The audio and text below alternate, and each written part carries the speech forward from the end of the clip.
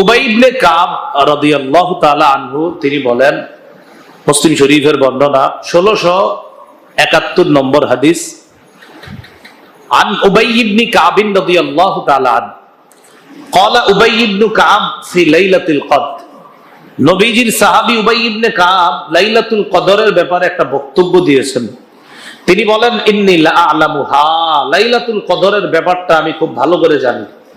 ও আকসারু ইলমি, কয় বেশি করে এটা জানার কারণ হলো হিয়াল্লাতি হিয়াল লাইলাতুল্লাতি আমারনা রাসূলুল্লাহ সাল্লাল্লাহু আলাইহি সাল্লাম বিকিয়ামিহা। এই রাত্রে আমাদেরকে নবীজি রাত্রি জাগরণের আদেশ করেছেন। কে বলতেছে? এটা উবাই ইবনে কাব। কয় লাইলাতুল কদরে রাত্রি জাগরণের আদেশ করেছিলেন। সেটা কবে? কয় হিয়া লাইলাতু 27, সেটা হলো 27তম রজনী। কততম রজনী? এই হাদিসে 27তম রজনীর একটা আলাদা গুরুত্ব আছে। তো আমাদের মুসলমান দেওয়া হয়েছে, আমাকে যে ভুলিয়ে দেওয়া হয়েছে, এতেই তোমাদের জন্য কল্যাণ। এতে কি তোমাদের জন্য আসলেই কল্যাণ? কল্যাণটা কি? আমরা যদি নিশ্চিত জানতাম ওই রাতেই লাইলাতুল কদর, তা আমরা ওই রাত ছাড়া আর কোন রাত জাগ্রত হইতাম না।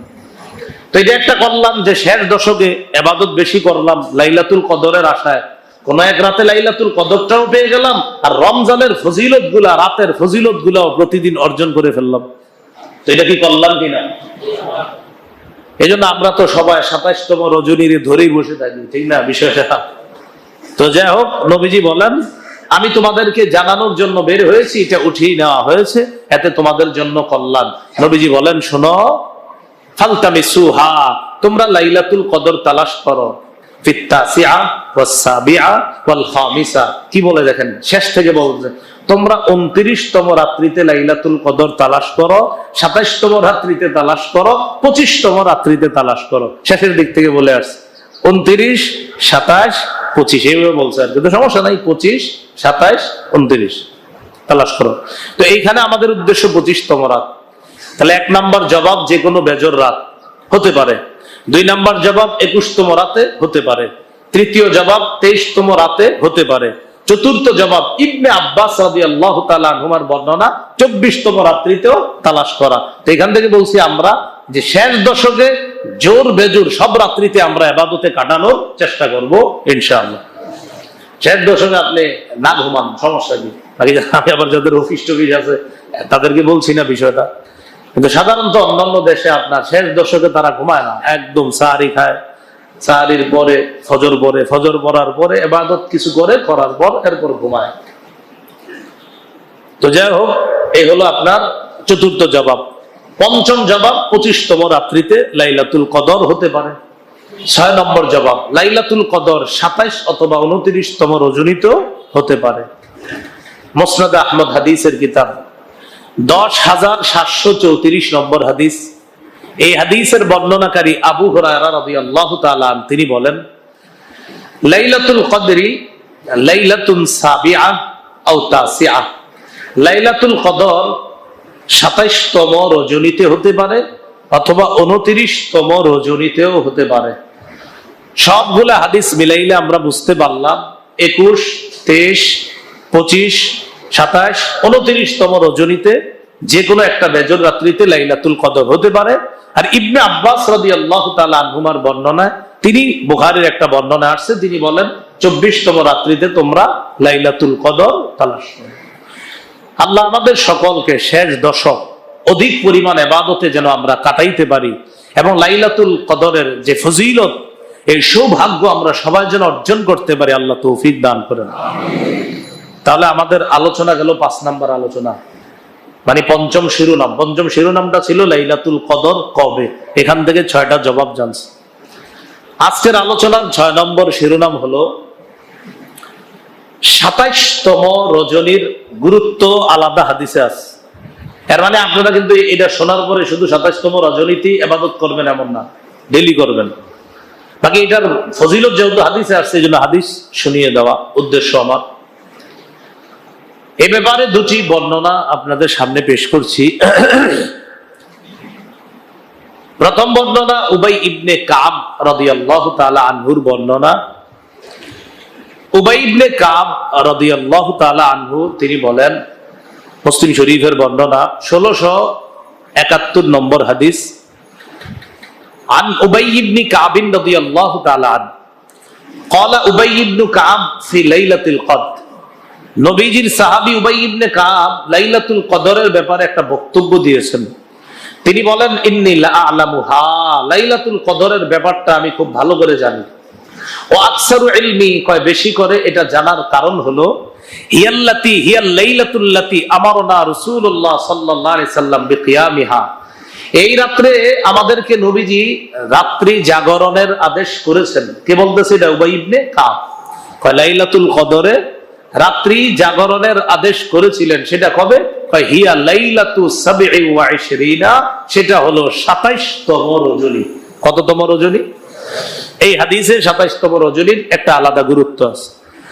তো আমাদের মুসলমানদের স্বভাব হলো, বিশেষ করে আমাদের বাংলাদেশের মুসলমান, আমি আমগো মুসল্লিদেরকে বলি, বিশেষ করে আমার সায়েন্স লেভেল মুসলমান যারা, এদেরকে বলি, ওনাদের কথা হলো হুজুর যেহেতু 27তম রজনীর ফজিলতটা বলছেন, তো আমরা এটাই মনে রাখি। এর আগে যে এতগুলো হাদিস বলছি, এগুলো কি আপনাদের মাথায় ঢুকে নাই? কথা হলো আপনি 27তম এটা কেন বললেন? তো আগের গুলা কেন বললাম বলেন? সবগুলোই তো ফজিলতপূর্ণ। 27তম শুনেই শুধু 27তম ধরে বসে থাকবেন না, একদম সবাই, আমি সহ আপনারা সবাই শেষ দশক বেশি থেকে বেশি ইবাদতে কাটাবো ইনশাআল্লাহ। ঠিক আছে না ইনশাআল্লাহ? বাকি হাদিস বলার উদ্দেশ্য হলো যে নবীজি বলছেন, এক এক রাতের আলাদা গুরুত্ব বলছেন, সেই জন্য গুরুত্ব বর্ণনা করা। তো 27তম রজনীর ব্যাপারে একটা হাদিস জানলাম আমরা। 27তম রজনীর ব্যাপারে আরেকটি হাদিস আবু হুরায়রা রাদিয়াল্লাহু তাআলা আনহুর বর্ণনা, বুখারীর মুসলিমের বর্ণনা আসছে, 2669 নম্বর হাদিসে আসছে। আবু হুরায়রা রাদিয়াল্লাহু তাআলা আনহু বলেন, একদিন তাযাকারনা ইনদা নবী সাল্লাল্লাহু আলাইহি সাল্লাম লাইলাতুল কদরি, নবীজির সামনে আমরা লাইলাতুল কদরের আলোচনা করতেছিলাম, যে লাইলাতুল কদরটা কি, এই সেই ফজিলত আমরা মুযাকারা করতেছিলাম। নবীজি বললেন, আইয়ুকুম ইয়াযকুরু হিনা তালাআল কমারু মিসলু শিক্কি জাফনাতিন, তোমাদের কে আছে যে লাইলাতুল কদরকে স্মরণ করবে যেদিন চন্দ্র উদিত হবে থালার টুকরার মতো, প্লেটের টুকরার মতো। যেদিন চন্দ্র উদিত হবে কিসের টুকরার মতো? প্লেটের টুকরার মতো। মিসলু শিক্কি জাফনাতিন, প্লেটের টুকরার মতো এরকম সুন্দরভাবে উদিত হবে। এখন কথা হলো, চাঁদ এরকম সুন্দরভাবে উদিত হয় যেই রাতে সাধারণত দেখা গেছে ওই রাতটা হয় 27তম রজনী। 27তম, তো এই দুই হাদিস থেকে বোঝা যায় 27তম রজনীরও অনেক গুরুত্ব আছে। আর অন্য হাদিসগুলা থেকেও বুঝলাম আমরা, বুখারী সহ অসংখ্য বর্ণনা থেকে, যে কোনো বেজর রাত্রির গুরুত্ব আছে। আর কিছু হাদিস থেকে বুঝলাম শেষ দশকটাই পুরাটাই গুরুত্ব আর গুরুত্বপূর্ণ, প্রত্যেকটা রাত। এই গেল আজকের আলোচনার 6 নম্বর শিরোনাম। আজকের আলোচনার 7 নম্বর শিরোনাম হলো শেষ 7 রাতের আলাদা মর্যাদা। কি বললাম না? আপনাদের মধ্যে কেউ কেউ মনে করেন প্রথম 2 দিন মিস করে ফেলছে, তো তাদের জন্য কিছু বর্ণনা নবীজি বলেছেন হাদিসের মধ্যে, যে শেষ 7 রাত, ওই রাতের ব্যাপারেও রাসূল সাল্লাল্লাহু আলাইহি সাল্লাম আলোচনা করেছেন। নবীজির সাহাবী আব্দুল্লাহ ইবনে ওমর রাদিয়াল্লাহু তাআলা আনহুমার বর্ণনা, সহিহ বুখারীর বর্ণনা, 2015 নম্বর হাদিসের বর্ণনা, আন্না রিজালাম মিন আসহাবিন নবী সাল্লাল্লাহু আলাইহি সাল্লাম উরু লাইলাতুল কদরি ফিস সাবঈল আওয়াখির, নবীজির অসংখ্য অগণিত সাহাবী, তাদেরকে স্বপ্নে দেখানো হয়েছে যে শেষ 7 রাতে লাইলাতুল কদর। কয় রাতে? শেষ 7 রাত। এখান থেকে শেষ 7 রাতের গুরুত্ব আছে, মানে শেষ 7টা রাত। এই কথা নবীজির সাহাবীরা বলছে, হুজুর আমি দেখলাম স্বপ্নে, মানে স্বপ্নে দেখলাম শেষ 7 রাতের অনেক ফজিলত। নবীজি কয়, ইন্নী আরা রুয়াকুম ক্বাদ তাওয়াতাআত, তোমাদের মতো আমিও স্বপ্নে দেখছি, আমিও স্বপ্নে তোমাদের মতো দেখলাম, তোমাদের স্বপ্নের সাথে আমার স্বপ্ন মিলে গেছে। এই কথা বইলা নবীজি বলেন, শোনো, ফামান কানা মুতাহাররিয়াহা ফালইয়াতাহাররাহা ফিস সাবঈল আওয়াখির, যারা লাইলাতুল কদর অনুসন্ধান প্রত্যাশী, এখনো অনুসন্ধান করতে পারো নাই, তারা অন্তত যেন শেষ 7 রাতে লাইলাতুল কদর তালাশ করে। এখানে এটা বললেন। মুসলিম শরীফের একটা বর্ণনা শোনেন, 2655 নম্বর হাদিস।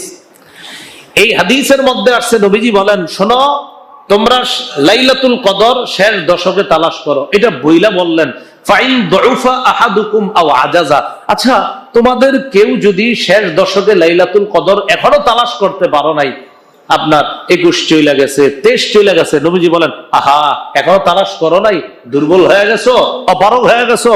হ্যাঁ হুজুর আমি একটু দুর্বল, অসুস্থ ছিলাম, অপারগ ছিলাম। নবীজি বলেন তোমাদের কেউ যদি লাইলাতুল কদর তালাশ করতে দুর্বল হয়ে যায়, অপারগ হয়ে যায়, ফালা ইউগলাবান্না আলা সাবইল আওয়াখির, শেষ 7 রাত যেন তোমাদেরকে পরাজিত করতে না পারে। প্রথম রাতে তুমি দুর্বল হয়ে গেলা, এরপরেও অসুস্থতার কারণে তালাশ করতে পারো নাই, আমি নবীর ওসিয়ত শেষ 7 রাত যেন তোমাদেরকে পরাজিত করতে না পারে, যেভাবেই হোক অন্তত আল্লাহর কাছে চেয়ে নাও লাইলাতুল কদর যেন তোমার নসিবে এসে যায়। এটা বললেন নবীজি আরেকটি বর্ণনায়। তো এখান থেকে বোঝা যায় যে কোনোভাবে মিস হয়ে গেলে আপনার তালাশ করা। পেয়েছি কি পাই নাই এটা জানে আল্লাহ। বলেন লাইলাতুল কদর কি পাইলাম না পাইলাম না এটা কি জানেন আল্লাহ। তো তালাশ করতে তো কোনো সমস্যা নাই, ইবাদত করতে কোনো সমস্যা। এটা হলো শেষ 7 রাত। শেষ 9 রাতেরও একটা গুরুত্ব আছে। কি বললাম? শেষ 9 রাত। মুসলিম শরীফের 2657 নম্বর হাদিসে আছে, রাসূলুল্লাহ সাল্লাল্লাহু আলাইহি সাল্লাম বলেন ইলতামিসু লাইলাতাল কদরি ফিল আশরিল আওয়াখির আও ক্বালা ফিত তিসইল আওয়াখির। নবীজি বলেন তোমরা শেষ দশকে লাইলাতুল কদর তালাশ করো, অথবা এটা বলেছেন শেষ 9 লাইলাতুল কদর তালাশ করো। হাদিসে বলছে শেষ দশকে, অথবা বলছেন শেষ 9। আচ্ছা আপনাদেরকে টোটাল হাদিসগুলা শোনাইলাম এতগুলা, এটার মূল সার নির্যাসটা কি হলো? সার নির্যাস হলো নবী একের পরে এক বর্ণনা দিয়া কেমন যেন প্রত্যেকটা রাতের আলাদা গুরুত্ব নবীজি বর্ণনা করতে চাইতেছে, যেটা মিস করবা না, এটা মিস করবা না। দেখেন আপনি বলতে পারেন হুজুর আমি শেষ 7 রাতে তালাশ করব। দেখেন হাদিস থেকে বোঝা যায় শেষ 7 কার জন্য? যে ব্যক্তি কোনো কারণে অপারগ হয়ে গেছে, তালাশ করতে পারে নাই, নবীজি করো নাই না, আচ্ছা ঠিক আছে শেষ 7 রাত যেন মিস না হয়। কিন্তু আমাকে আপনাকে সকলকে নবী বলতেছে শোনো আমার আদেশ শেষ দশকে তালাশ করো।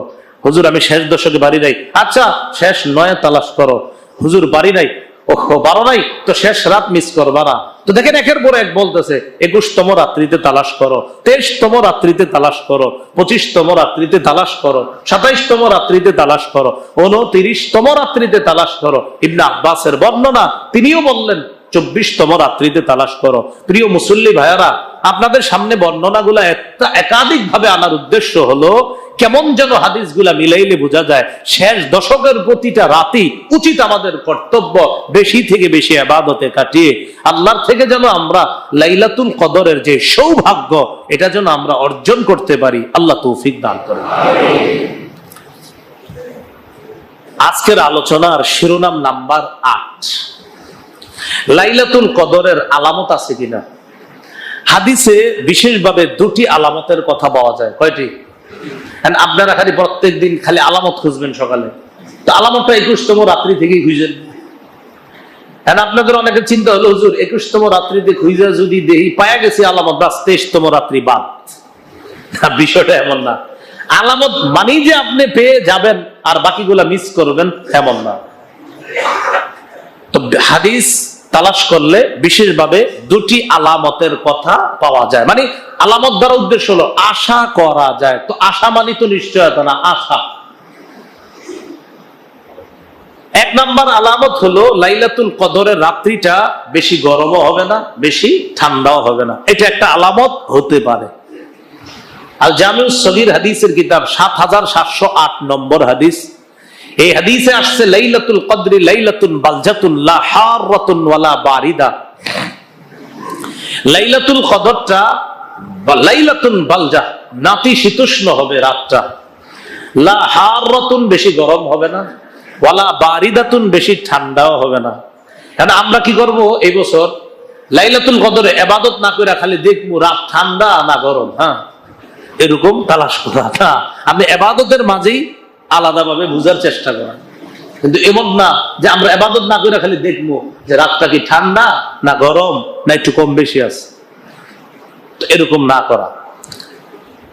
দ্বিতীয় আরেকটা আলামতের কথা মুসলিম শরীফের হাদিসে পাওয়া যায়, 1670 নম্বর হাদিস। নবীজি বলেন আমারাতুহা, লাইলাতুল কদরের একটা আলামত হলো আন তাতলু আশ-শামসু ফি সাবিহাতি ইয়াউমিহা, লাইলাতুল কদরের পরের দিনের সূর্যটা যে উঠবে, এই সূর্যটা বাইদা স্পষ্ট হবে, আলোকিত হবে, তবে লা শুআআ লাহা, এটার কিরণ হবে না, তেমন আলো কঠিন ভাবে যে সকালে হবে এমনটা হবে না, আলোটা একটু নিষ্প্রভ হবে।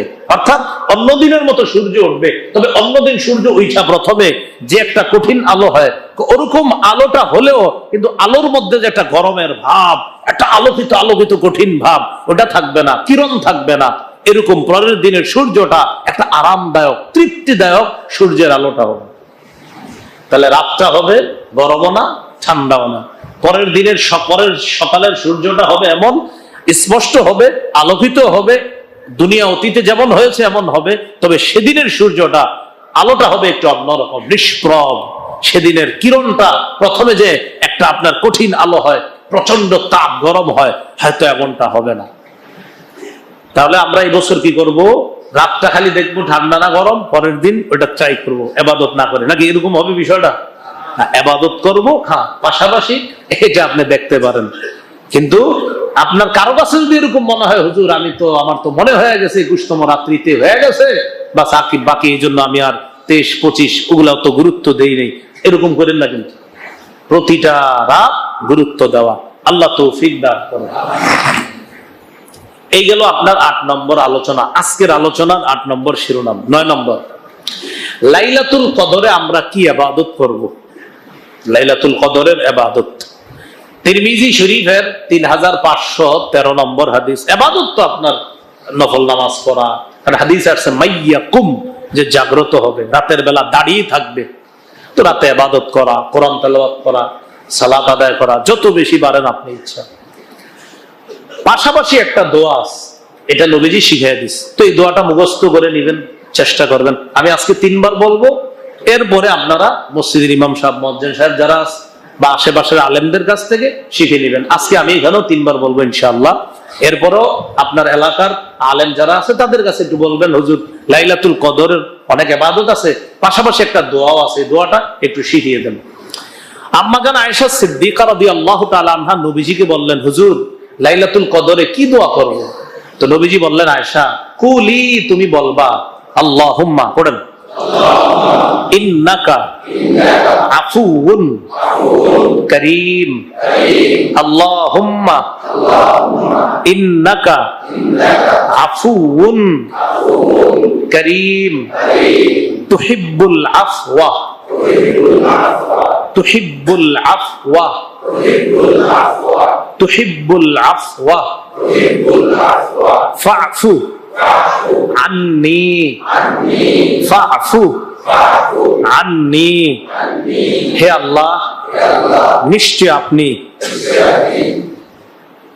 সম্মানিত, দয়ালু, আপনি ক্ষমাকে ভালোবাসেন। আল্লাহ, আমাকে আপনি ক্ষমা করে দেন। তো আমি আবার বলছি, এবার খালি মন দিয়ে শোনেন। দোয়াটা হলো আল্লাহুম্মা ইন্নাকা আফুউন কারীম তুহিব্বুল আফওয়া ফাফু আন্নি। হে আল্লাহ, আপনি ক্ষমাশীল,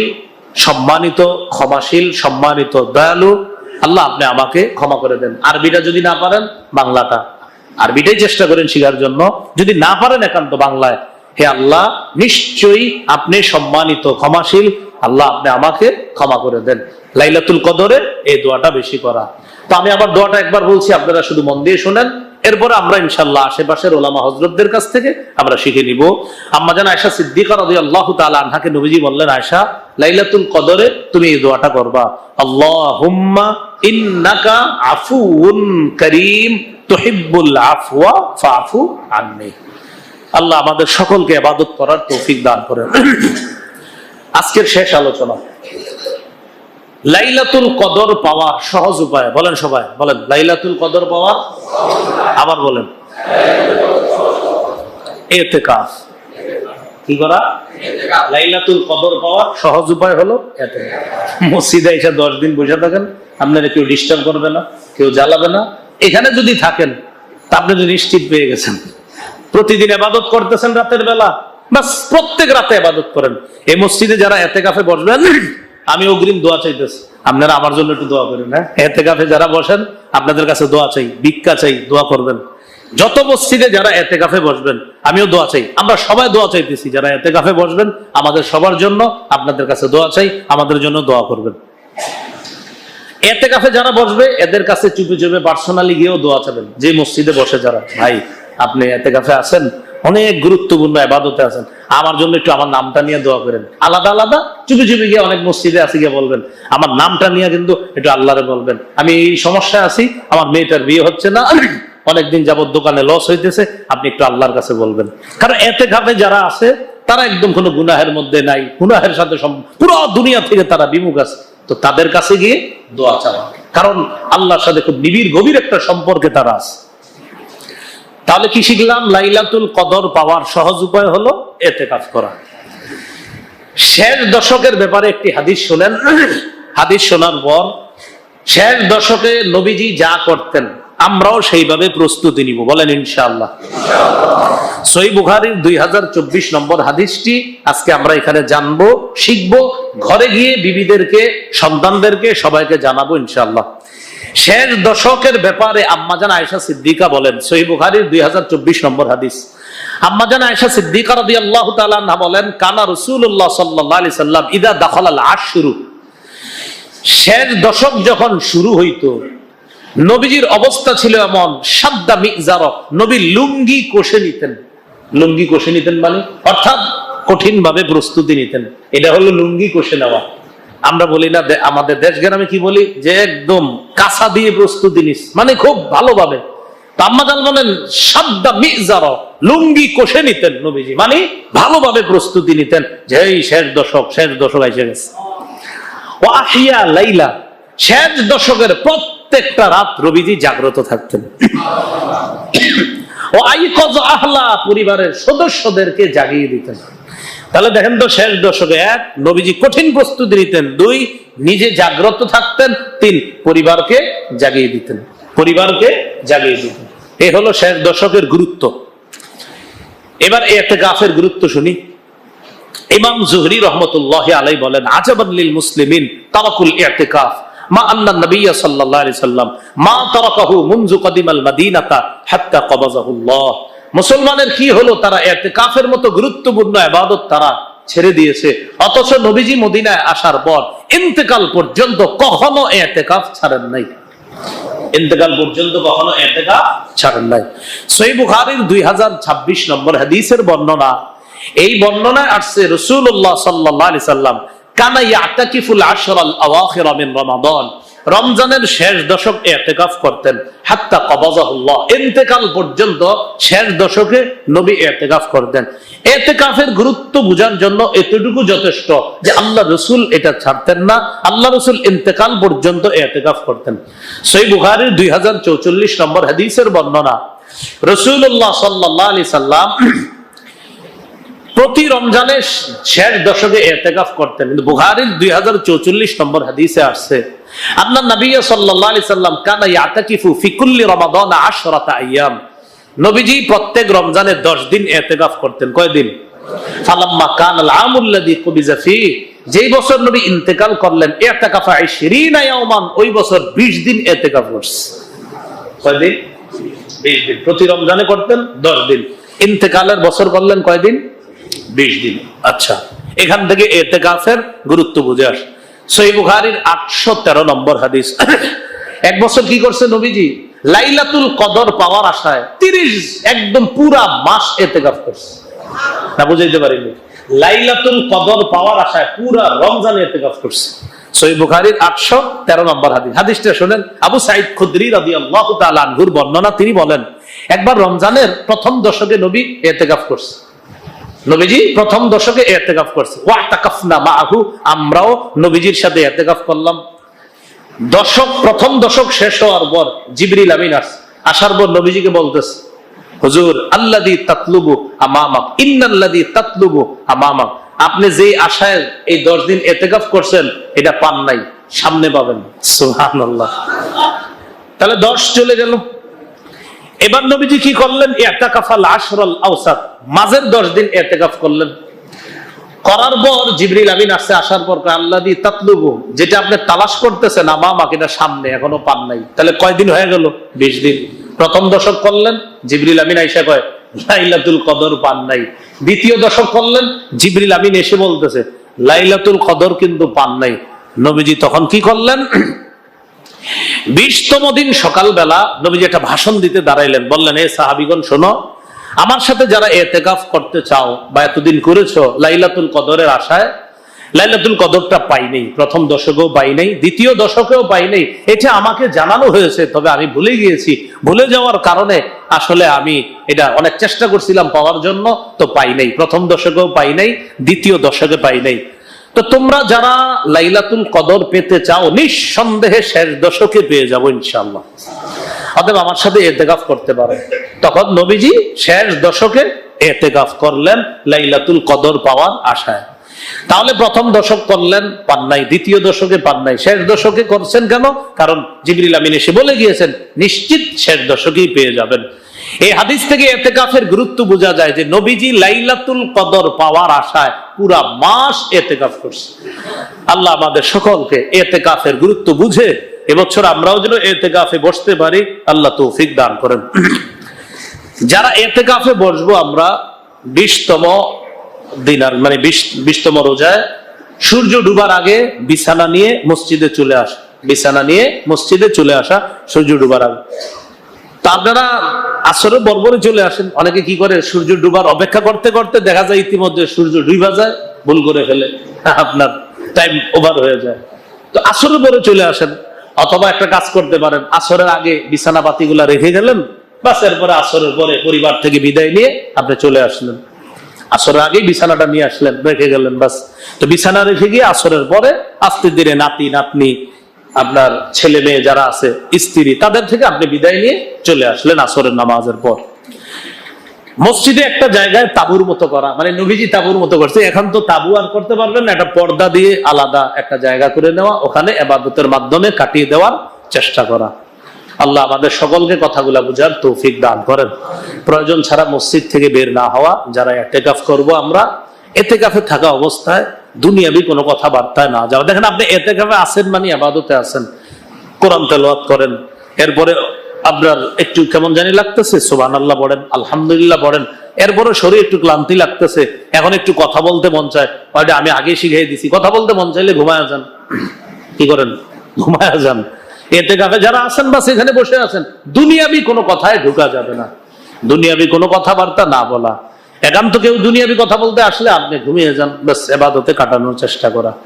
আল্লাহ আমাদের সকলকে লাইলাতুল কদর গুরুত্ব বুঝে আমরা যেন শেষ দশকটা ইবাদতের মাধ্যমে কাটিয়ে দিতে পারি, আল্লাহ তৌফিক দান করে।